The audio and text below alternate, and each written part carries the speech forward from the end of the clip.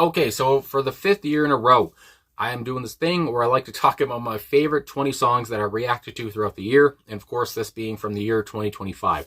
2025 was a very good year for the channel. My views were about the same, if not better. The subscriptions went up, which is very nice to see. The watch time was great as well, and yeah, it was just a very good year for the channel. A lot of new people, a lot of nice comments, and not as bad, not as many hate comments as I would like.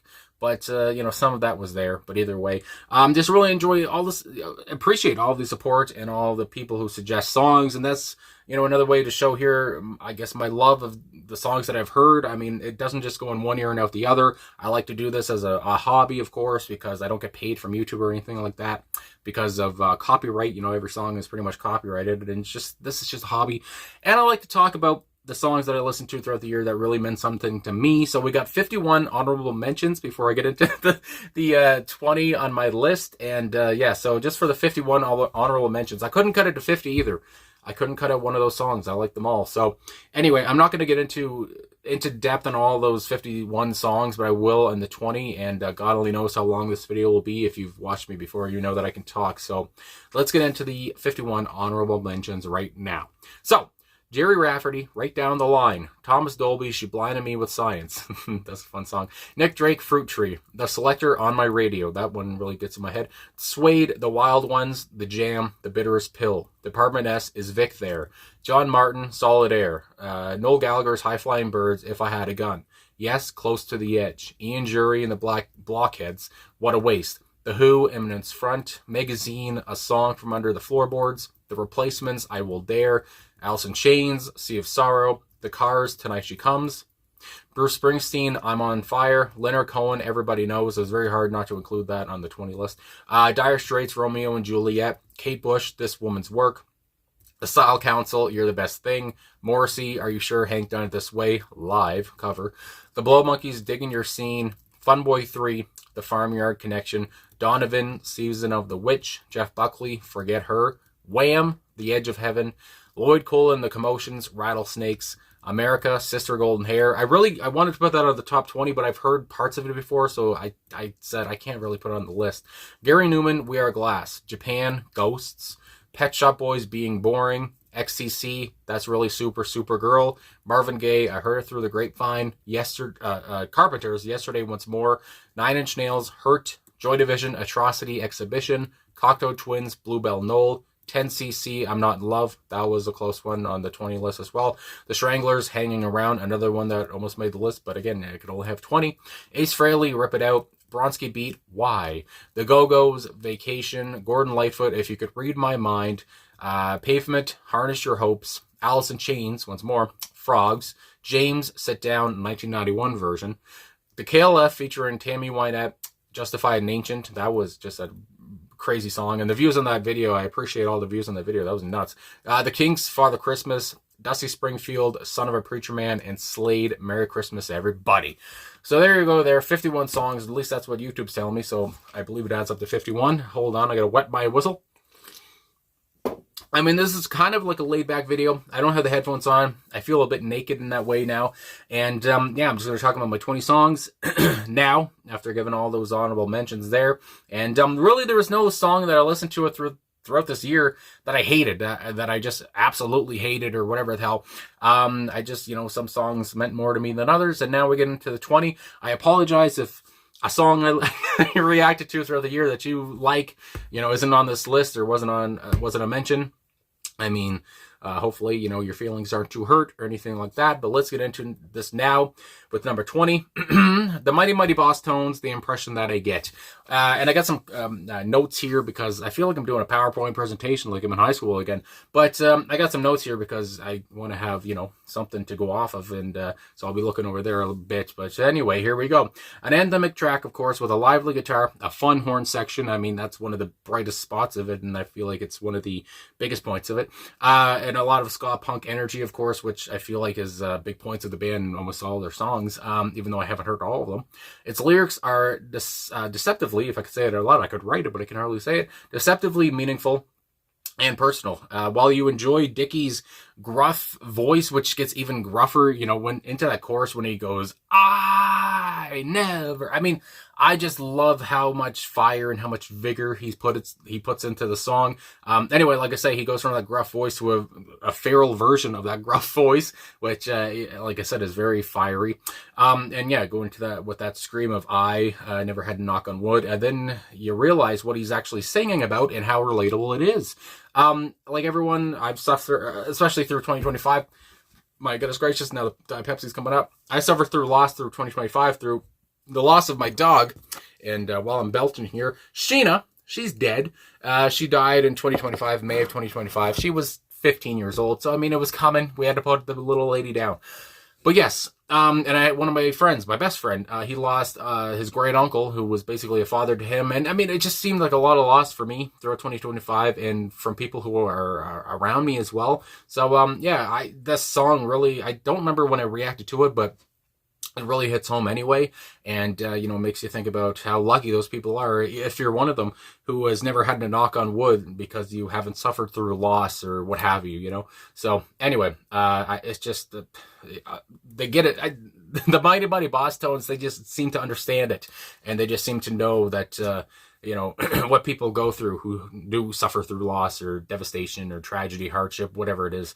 Anyway, so then we go on to number 19 now. Tracy Chapman, Fast Car.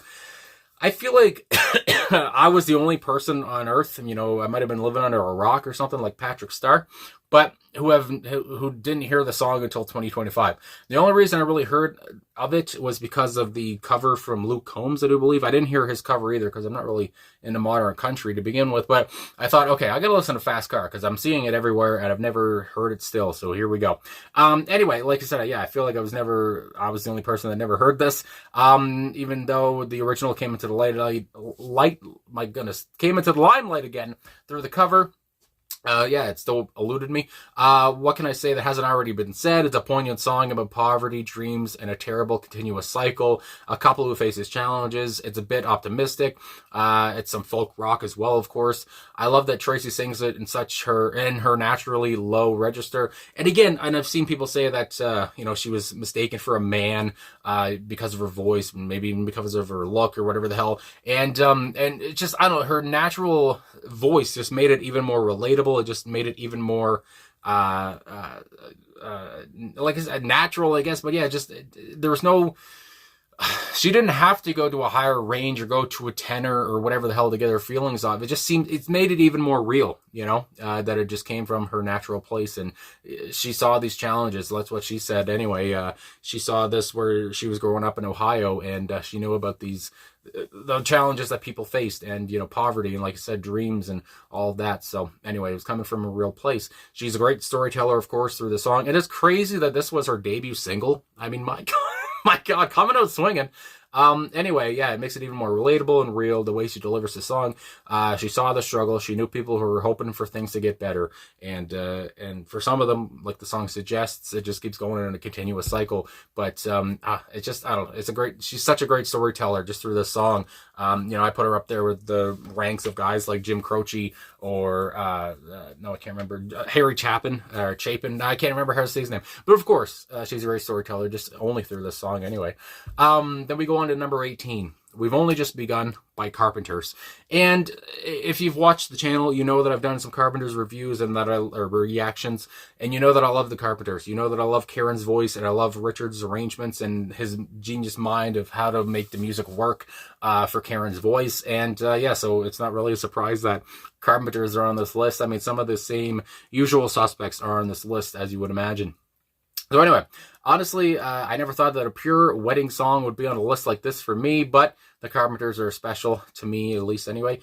This was done for a TV commercial, of course. And it's just, I feel like, you expect Carpenters to do it well, because at this time, in I believe 1970 when they did it, the duo was good, and I'd imagine people that came to them to do this knew they were gonna, kind of hit this out of the park. But I don't know, they hit it out of the park and into the parking lot and onto the highway and everything. I mean, my God, it's just the way that they did this. It's just so easy going. It's such an easy breezy song to begin with. And yeah, from the lush arrangements and strategic arrangements too, from Richard to Karen's deep, clear, and hopeful voice. This is just the epitome of the Carpenters for me. This just represents them easily. I mean, this just shows what they're capable of, and just shows their power as a duo, you know, a brother-sister duo. They could exceed expectations with just 3 easy verses. The shifts from soft to loud were vital to the song as well, and just the feel of it too. And yeah, just 3 verses, but Karen put her heart into all of it, and yeah, they just took this song and ran with it, and made it an endearing track. And like I say, it was made for a commercial, whatever. It became a great wedding song as well, you know, right from the first verse when Karen talks about white lace and such. And I'd imagine a lot of people, this is their wedding song. My goodness gracious. And hopefully, if it is, they're not divorced like my parents. So then we go on with number 17. However you want to put it, Pete Wiley and Wah, the mighty Wah, Wah Heat. You know, I've seen many different times, or many different ways to put it, but Wah, the Story of the Blues, Part 1. Now, this was a song that I kind of forgot about until I came back to the songs I wanted to highlight in this top 20 list, and I said, oh my goodness gracious, I remember this song. I really enjoyed the song. It's such a catchy tune. So anyway, it's an authentic tune with both powerful vocals and a powerful message. It has a bouncy feel with funky guitars, striking violins, and beautiful soaring vocals from Pete Wiley. And of course, again, this was my first reaction ever to anything that Pete Wiley has done. I just love his youthful, boyish charm, and same thing goes for his vocals as well in that way. It's a song about perseverance and defiance. Basically everything sucks, but you have nothing left to lose. All you can do is, you know, dig yourself out of this thing, or go up from here. You can't dig any more deeper. And then it goes on, you know, it starts out lonely, but by the end there is a feeling of hope, or at least hopefulness. Also, the music itself gives me that feel because it's so bright. So again, you know, the lyrics are a bit darker in contrast to the just bright and bouncy music, I guess you would say. Yeah, I mean, my God. Anyway, so that gives me a bright feel. You may think that you won't get the story of the blues, but you could easily get the story of the blues like the character in the song. It could happen to you because it happened to me. Yeah, so I just love how kind of bleak it is, but at the same point, there is a bit of hope, and it's not all despair, and isn't that just very nice? So anyway, Wah, the Story of the Blues, and I gotta react to more Wah in the future, I have to say that much too. And Pete Wiley, like I said, I just love his at least in this time, and I know he's older now, but he had such a youthful, shining, soaring voice that I just could not get enough of when I came back to that song and remember that it existed. So then we go on. Number 16 here, we got Keane, Bad Shaped. Now, Keane is a band that I've reacted to a few different times now too. You guys know that I love Tom's voice. Another soaring voice that I can't get enough of. So, not only is the song brilliant, but the video is also brilliant too, and it also reminds me of Coraline, the way that it's all put together, stop motion, I do believe. It's another piano-centric ballad, which I've come to expect from the band. I mean, can you believe it? Oh my goodness gracious, they had the piano going on this one, really drove the track. I don't know if I've said it before, but Timothy Rice Oxley, his playing reminds me of, I would say, Brian Wilson, I guess. It reminds me of the playing in the Beach Boys. Anyway, where's the poster? There it is. Especially on, like, Pet Sounds, or especially a song like Somewhere Only We Know. I don't think I've ever said this, and it's been on my head. But yeah, especially from that debut album, which these, Somewhere Only We Know and Bad Shaped are on.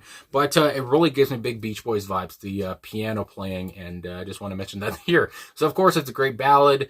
Goes on here. Once Tom comes in, I'm in heaven. I mean, my God, like I say, I just love how subtle and light his voice is, and it just makes me melt. Anyway, his light soaring voice could cure depression, as I put it here.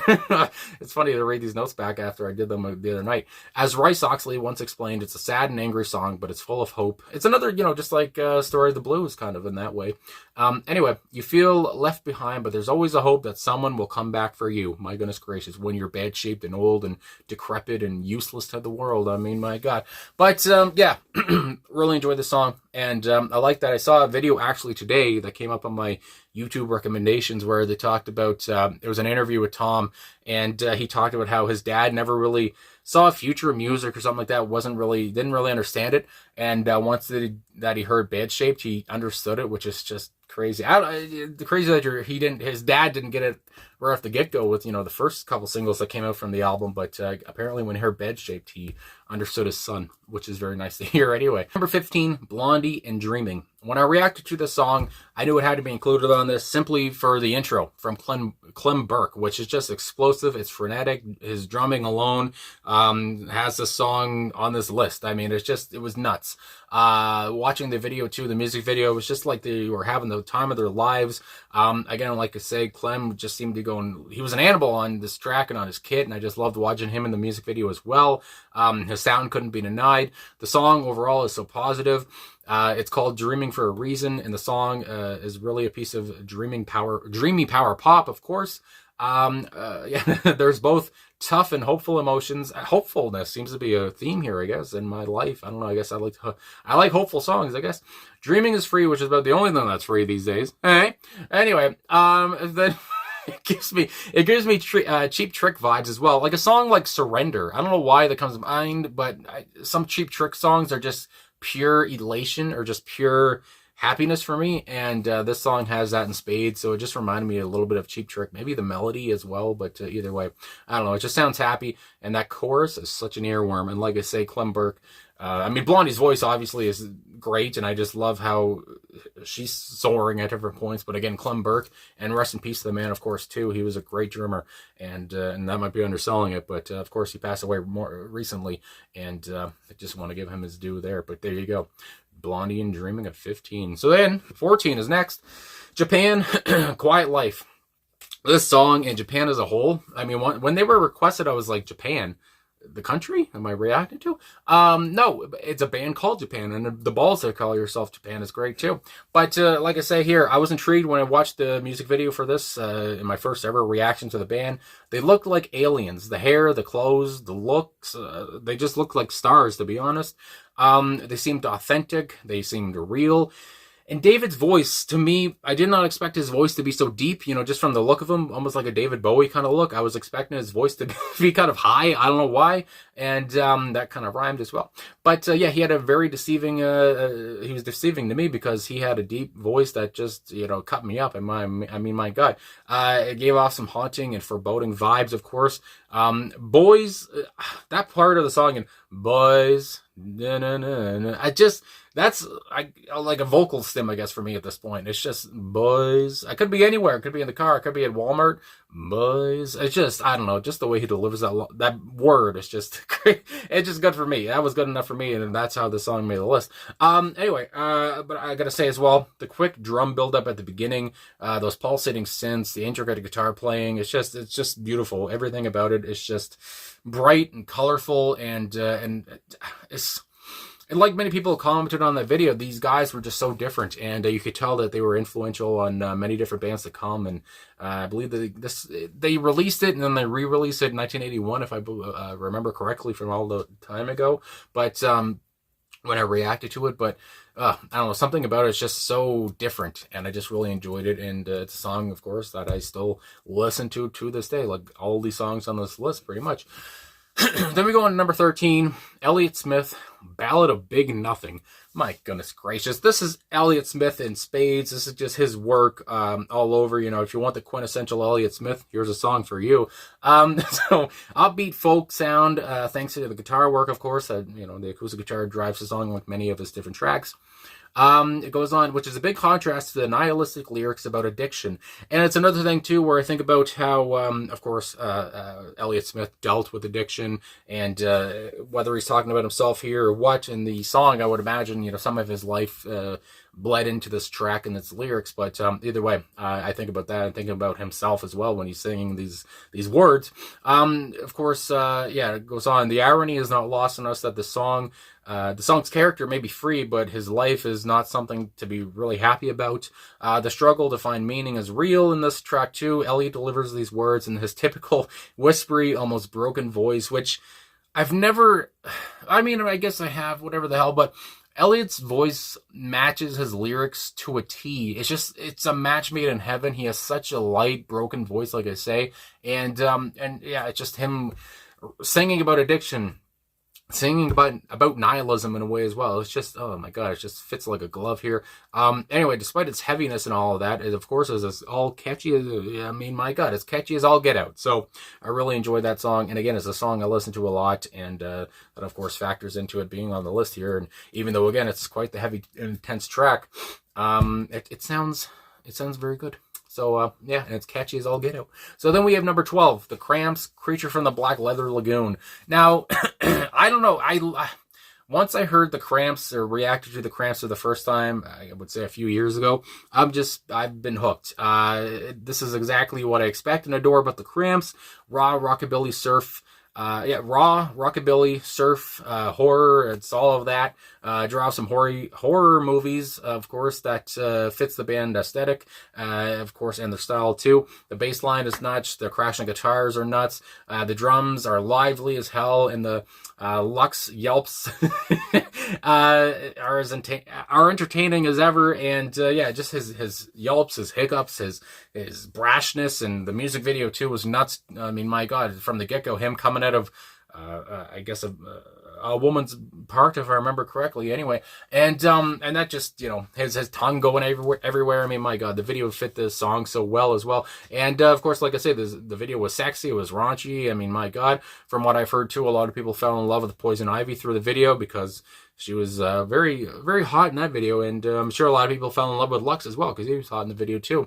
And it was just, you know, showing that the band was just so fun, and that they were so entertaining, and as well they produced entertaining music, and music that again got stuck in my head, and the whole chorus, everything about it was just so catchy for me, and it was just infectious. And it's a song that I've come back to over and over, and I've listened to at work on a speaker and all this stuff because I work alone and I can listen to music, my goodness. And like I said, this one was played quite a bit.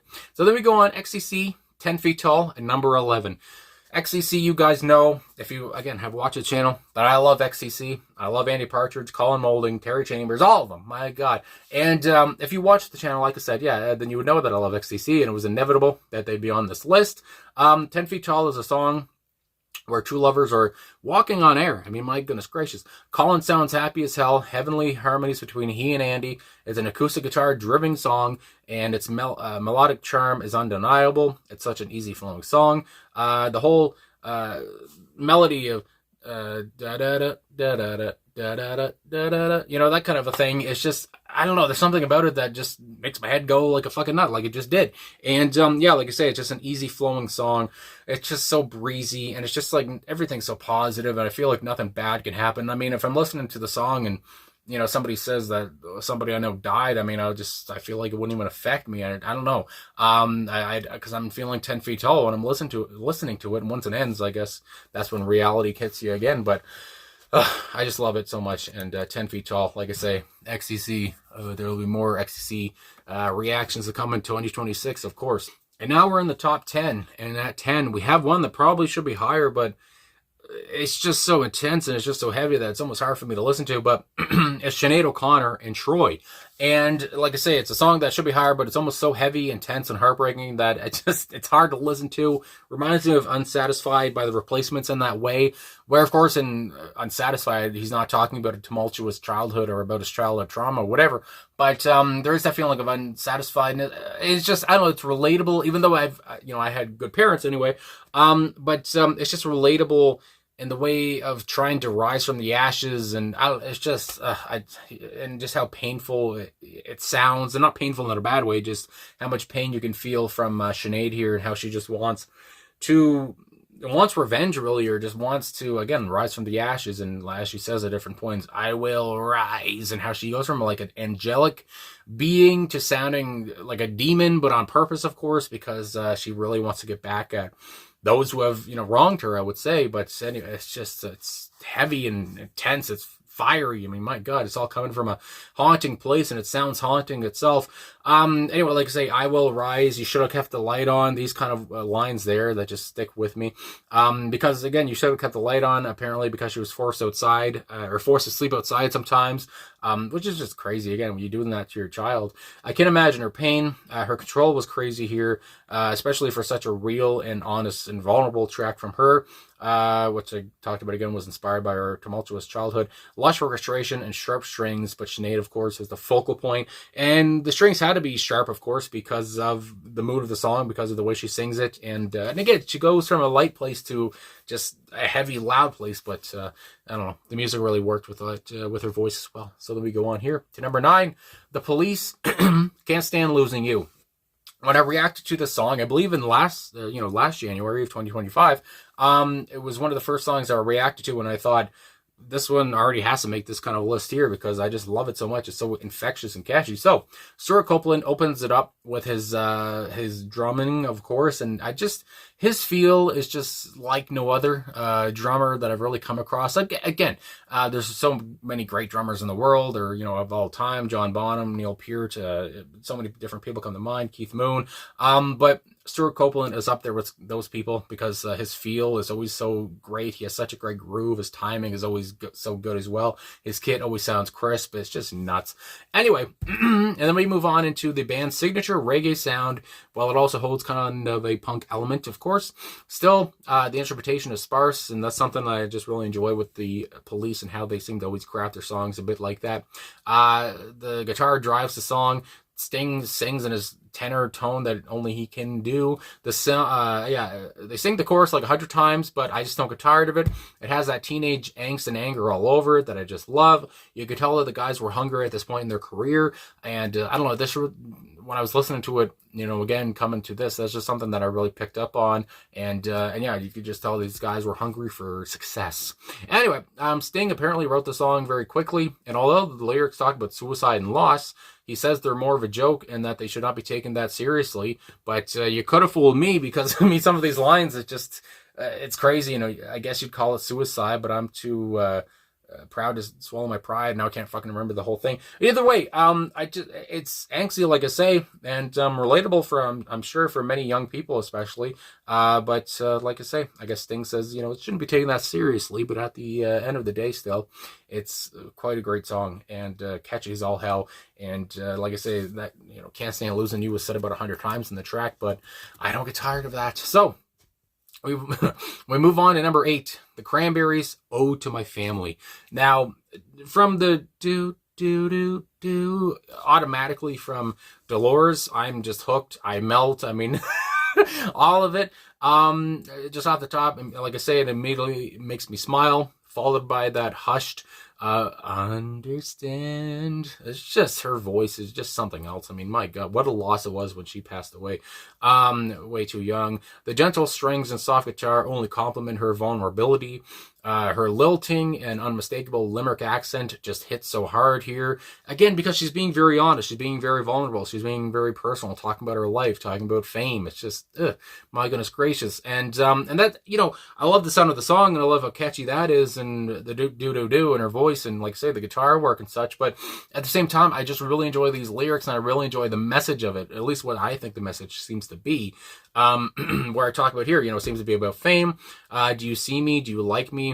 I had good parents. Does anyone care? She sounds homesick, and she seems to be putting out a message here to everyone that she's no different from, your regular Joe. And it seems like, too, I don't know if she's talking about the media, whatever you want to say, the presses, or people who have wrote bad reviews of her, or whatever it was. But just kind of talking about how she came from a nice home. Yeah, I had good parents. Do you give a shit? It's just like, no, I didn't have a bad childhood. I'm just like you. But now I'm finding some fame and some money or whatever because I'm writing songs, and I got a successful band here in the Cranberries. And yeah, it just, you could just feel how personal it was, and how she just kind of laying it all on the line here in saying that, I'm just me. I'm I'm nobody special, whatever the hell. But say what you want about me, but here you go. Here's what I think, and here's who I actually am. So, ode to my family, and again, ode to her family, and just saying, showing her love to them, because those are still the realest people to her after finding success, and I'm guessing moving away from Ireland. So anyway, we go on to number 7 here. It's another guy that he comes up in the reactions a lot, and somebody I really enjoy. Nick Drake, one of these things first. And of course, I really enjoy his first name. So doing a Nick Drake reaction is always is one of my favorite pastimes, as I put here. I never tire of his genius. This song sums up life well, with clever and somewhat humorous lyrics. I could have been this, I could have been that, but never really realizing your dreams. It's really a song about lost potential, I would imagine. And as I put here too, I wonder if Nick was kind of talking about his own career or himself here at the end of the day. While it is a sophisticated and heavy track, it's as light as a feather. Nick's husky, sweet voice is the gravy or on top, or the cherry on top, whatever you want to put it, like that. And yeah, like I say, how Nick was afraid to sing in front of crowds. He was afraid to really get himself out there. There's no actual known footage of him walking, a video of him anyway. And there are some videos out there that some people say is Nick in them. But yeah, he just was like a hermit or something. He lived with his parents, he hid away, and his music never really got popular until after he passed away. So anyway, I just think about his problems with that, or his troubles with that, and how maybe he's talking about himself here with his lost potential, and how he knows, he could be maybe getting bigger and better if he really tried to put himself out there more. But either way, we found his music years later, but of course he was already gone. So yeah, I just love Nick Drake, and he had to be on this list. He's at number 7. Carly Simon and You're So Vain at number 6. Now here's another song where I don't know how I never heard this until last year, until 2025, but I hadn't. And it's a sharp tongue lashing, singing a fiery, fed up tone. You can tell that she won't be fooled with anymore. Her deep, smoky voice fits the subject matter perfectly. She once confirmed the identity of one man that the song is about, but she has said that there's more than one self-absorbed guy that this track is about. And I gotta say, this is one of the best diss tracks of all time. And as a rap fan, I feel, and an Eminem fan, I guess, really too, the most. Of course, he's put out a lot of diss tracks, but I don't know if they can match You're So Vain from Carly Simon here. I mean, she was just going hard on this track. My God. Anyway, it's more than a soft rock or folk tune because of the way that there's so much power to it. There's so much fire to it, through her vocals and through how the music builds up. Of course, too, Mick Jagger provides backing vocals on this track, and I just love how you can act, because maybe if you listen to it, you won't really hear him. But if I guess you do listen for him, you do hear him, and you're like, yeah, that is definitely Mick Jagger's voice. So I just love that Mick Jagger was somehow on this. Apparently, from what I heard, he was just in a studio next to Carly, and they said, do you want to do some backing vocals? And he said, sure. And it's just, there you go. Anyway, so that's great. The drum builds at points, and the emotive guitar solo was so cathartic too. It just goes along with the mood of the lyrics. I gotta say too, as somebody from the Canadian Maritimes, I love that Nova Scotia gets a mention in the lyrics, and I don't live in Nova Scotia, but I live near it. And so I just love how that line was in there, because that surprised me, but it made me happy at the same time. So there it is there. Like I say, it's nuts that I didn't hear the fucking song till last year. But coming back and doing this list and making this list up, I was like, this has to be here, because it's stuck in my head. I mean, I was singing it with my dad the other night, and I was like, yeah, this has to be near the top. So anyway, I move on to number 5, Gilbert O'Sullivan, Alone Again Naturally. Another song that a lot of people know, but I did not know until this year. And like I said in that reaction, I'll say here, I heard part of it in Stuart Little 2 because it was used in that movie. And I said, what the hell is that? I gotta listen to more of that. So here we are. It's a jaunty piano tune that is as bleak as almost any song I've ever heard. He aimed for a simple piano and voice style. But at the same time, of course, this still seems to have a complex harmony and progressions, and the song is very much, a piano and voice song, but like I say, there's so much more to it than just that. 3 heavy verses and a bridge, no chorus. I just love the way it's structured kind of so differently. It's atypical to a pop song. The dark lyrics about being left at the altar, the existence of God, or, does he exist or not? Suicide, parents dying. I mean, all these things were just nuts. And I mean, Gilbert was really in his element here. And the way that he delivered these lyrics too, with that signature hushed voice, or almost like a nasally voice. I mean, I don't know. It was perfect. Again, his voice matched the lyrics here too. I talked about that with Elliott Smith, but Gilbert has that too. Either way, it's intensely sad, but there's still a lot of beauty to it. And it's just a song too that, I mean, if you're already sad, listening to this, I don't know if it'll make you sadder, but maybe you listening to it, you'll think, my God, my life isn't as bad as that, so maybe I'm doing okay. So anyway, and of course, Gilbert has said that it's not autobiographical. He did not, I don't think I think he said he did not really know his dad, but he had a good relationship with his mom, and she was still alive when the song came out. Either way, now we go into number 4, Give Me Back My Man by the B-52s. The B-52s are another usual suspect. I love their sound. I love their style. I love how much fun they are. And here we go again. The post-punk intro, I mean, right off the bat, it's just grabbed me when I reacted to it. It reminded me of somebody like Joy Division, you know, that post-punk sound. Peter Hook comes to mind. Either way, dark and ominous, but it was very captivating. The swooshing guitar sounds from the brilliant Ricky Wilson. I'll say until I'm dead, Ricky Wilson is one of the most underrated and innovative guitarists that has ever crossed the earth, or however you want to put it. Either way, the electronic pops, I mean, I feel like I'm underwater. It's hypnotizing. It's ambient. It's such an experience. And I love Fred Schneider as a lead singer. I love to hear him on songs. And sometimes, you know what? I think when I was going into this, I was like, oh, Fred doesn't sing it. Maybe, do I want to do this then? But I did. And I'm glad I did, because Cindy Wilson's control is insane. She sounds so raw. She sounds so vulnerable and heartbroken.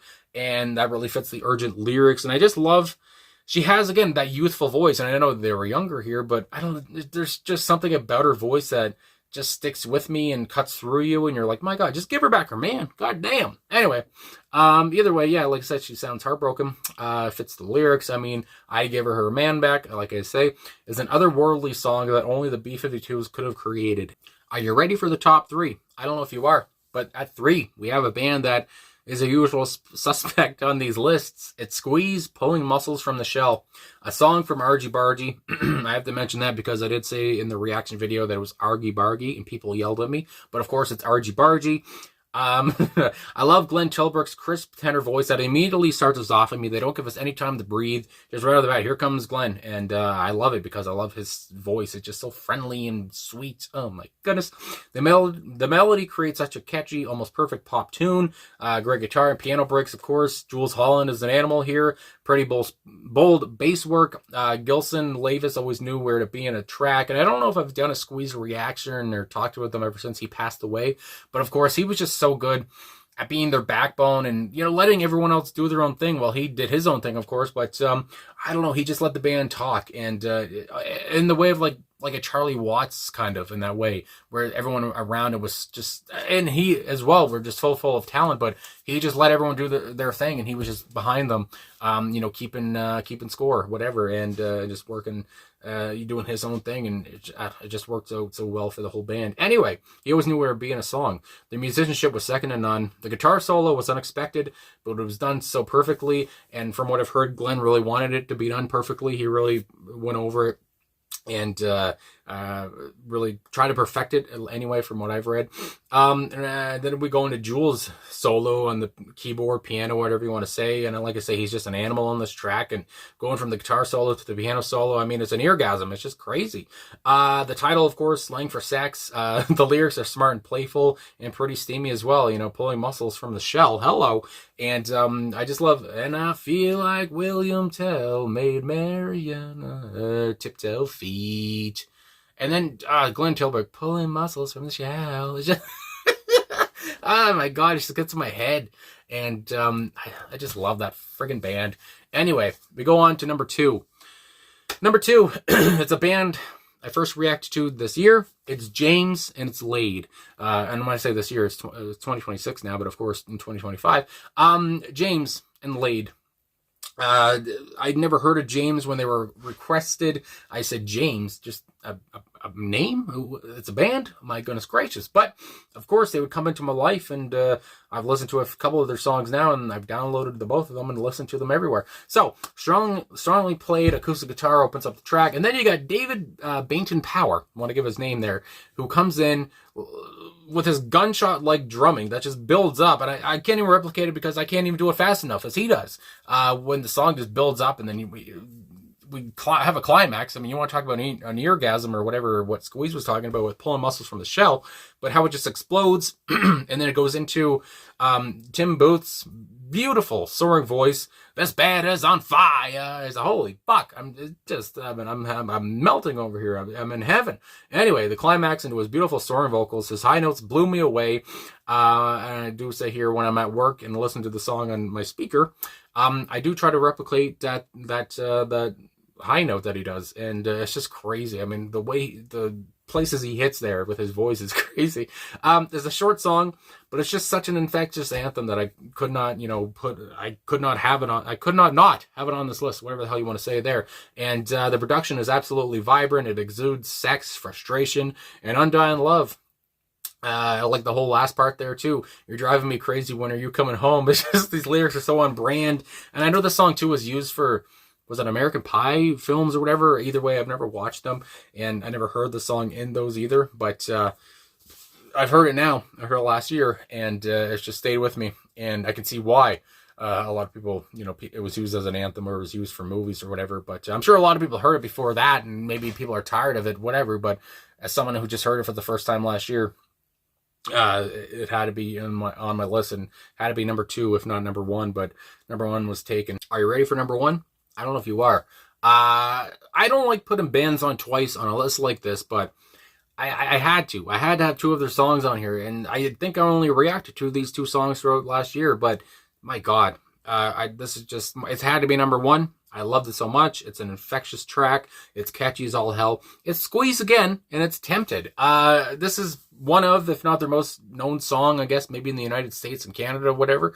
But, and I have seen people say that this was their one-hit wonder, that this song made them a one-hit wonder. And when I saw that on, when I was searching the song up, I was like, what? One-hit wonder? Squeeze has so many goddamn great songs. Anyway, and this song, I don't even think it was a number 1 hit or anything. Anyway, that just gobsmacked me. But either way, Squeeze and Tempted. I knew the chorus once I reacted to it, but nothing else was familiar. Like I said earlier in a different song I was talking about, that did not make the list because I heard parts of it. Coming into this song, I didn't think I knew it at all, but that chorus I feel like is just so distinctive and so known that everyone's gonna know it.